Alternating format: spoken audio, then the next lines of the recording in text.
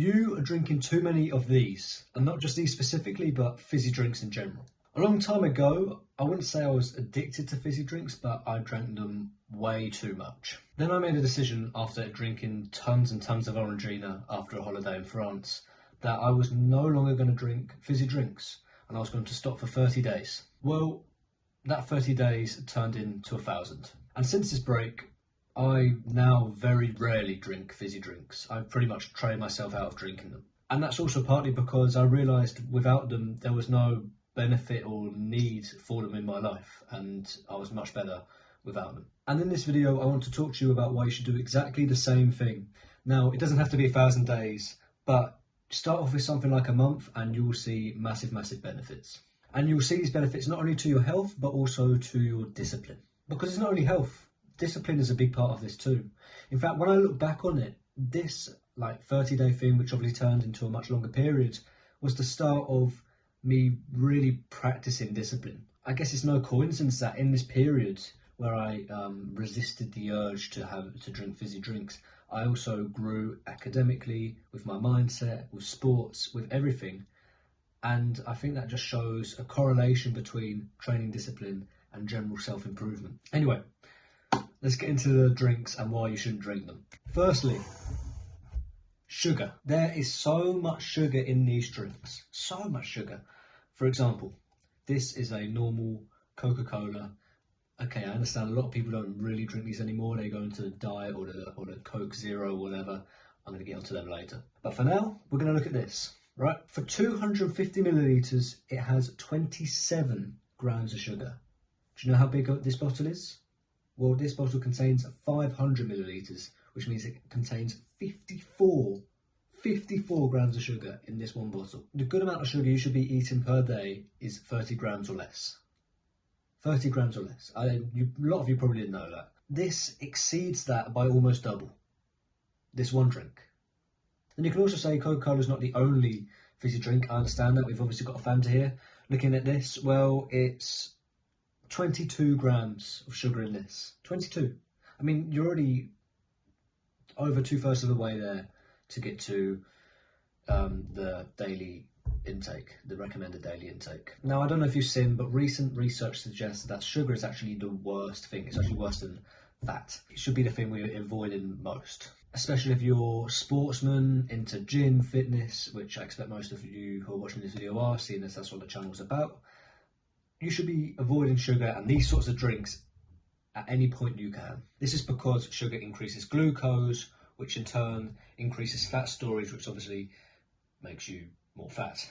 It's also not good for oral health. You get sugar crashes. Overall, you do not want sugar in your diet for anyone, but especially if you're an athlete. Of course, what fizzy drinks can include is a bit of a different topic. It's energy drinks. And I'm not going to go too deep into energy drinks. I just want to focus on these fizzy drinks. However, I'm going to say this. If you're having energy drinks past 1, 2, 3 o'clock in the afternoon, that is just so stupid because you don't realise the effect it can have on your sleep. The amount of caffeine you can have, especially after this time period, can really affect your sleep levels. I mean, you sometimes see people picking up a Red Bull or a Monster before they go to bed. Of course, it's not gonna help you sleep. Even if you're having it at 8 and you're planning to go to bed about 12, 1, which I don't recommend doing, that 5 hours is still going to have an effect on your sleep. Even if you get to sleep straight away and you feel like you've had a great sleep, it will still have an effect on the quality of your sleep, even if it doesn't feel like it. Moving on to sugar-free drinks. Of course, we've got a Diet Coke here, and in this Diet Coke, unlike this Coke, this one has 54 grams of sugar, this one has zero sugar. So, what's the problem? Well, I'll tell you the problem. Something called artificial sweeteners, which could actually be worse for you. Could actually be worse. Sugars, of course, is what linked to weight gain. There's going to be so many bad consequences of this. Oral health, general health. I mean, if you keep having sugar, keep gaining weight, you've got other things along the road, diabetes, heart disease, continue. With this, the artificial sweeteners can actually directly affect your weight gain, high risk of stroke, brain tumours and bladder cancer, etc. I mean, there were so many on there, that's all I've put in my notes. The artificial sweeteners are super dangerous, so just because the Diet Coke doesn't have any sugars in it, doesn't mean it's any better for you. In fact, it could actually be worse. So I can hear you screaming at the screen, what do we drink? Well, what do we drink? Well, let me introduce you to something called H2O. H or H? Man, it's going to be very angry if I say H. Let me introduce you to something called H2O. First, a good point about H2O, 0 calories. Fantastic. Second good point, refreshing, amazing. Refreshes you just as much as this will. And the other good thing is it doesn't taste bad. It's not like it's an amazing medicine that's going to, contribute to your weight loss that tastes really bad. It is the most natural, best way you can change your diet to lose weight, or at least your liquid diet to lose weight, and it doesn't taste bad. Most of you watching, if you're looking to lose weight or get fitter or whatever, substitute every single drink or most drinks for water, and then maybe have a milk or the very occasional juice. But everything, substitute it for water. You'll see a drastic improvement in your health and weight. Of course, you have to take in other factors, exercise, and of course your diet of food, which is incredibly important, if not, more important than the liquid diet. But having that change in the liquid diet, as well as more exercise, as well as more food, it's going to make huge, huge improvements. So that's the substitute.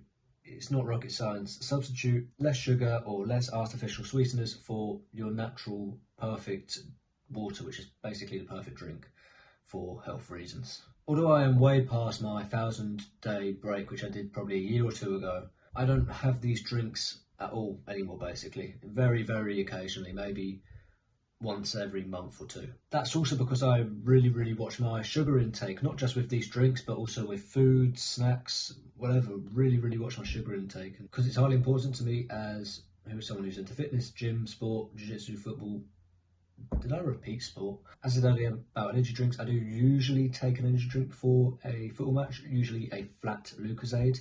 I don't like to take anything carbonated, and that's because it feels healthier. I don't know if it is actually healthier, and also you don't want anything carbonated when you're running around and all that stuff. It will probably mess with your stomach. If you are doing a sports match and you want that energy, because it is necessary to an extent, then sure.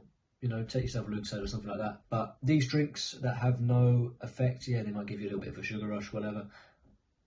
Ignore these, leave these, and take a break from them. If you're going to take anything away from this video, take a 30-day break from them, and you'll see a huge difference. And I guarantee, after that 30-day break, you will carry on, or at least you will drink them a lot less than you did before, because you will realise, wait, I don't need these at all, and you kind of come back to them and they won't taste that as good as they did before, and you'll feel a bit guilty about drinking them, and then you just leave them.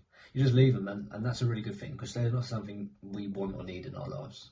And another top tip before signing off the video, always, always, always check the back, because they play little tricks.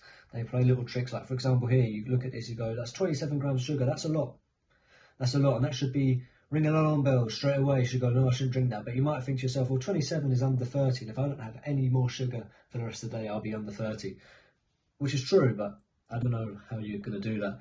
Either way, it says 27 grams, but tiny at the top, it says 250 millilitres, and you look, how big is it? Oh, it's 500, so that's actually double. That's actually 54. So they play little tricks. For the Fanta one, it says 11 grams per 250. You could easily look at that and go, that's 11 grams. I've, 19 more grams of sugar for my day, if you really, really want to hit the limit of 30.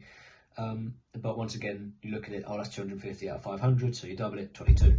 They play little tricks. They play little tricks because they know the sugar content in these is very, very bad. So yeah, just look out for those little tricks, and look at it with all drinks, not just fizzy drinks, juices, whatever else you like to drink. If you're in a store, and just take a look at the back and see what sugar it's got in it, and sometimes you might be surprised that it's higher than you thought or lower than you thought, and you can start to modify your liquid diet to what you know is good and bad for yourself. Please show your support by leaving a like, subscribing, and also give your opinion in the comments. Go talk to each other about things, talk to me. I'll obviously always reply to your comments. But yeah, as I said, thank you for watching, and I'll see you next week. Goodbye.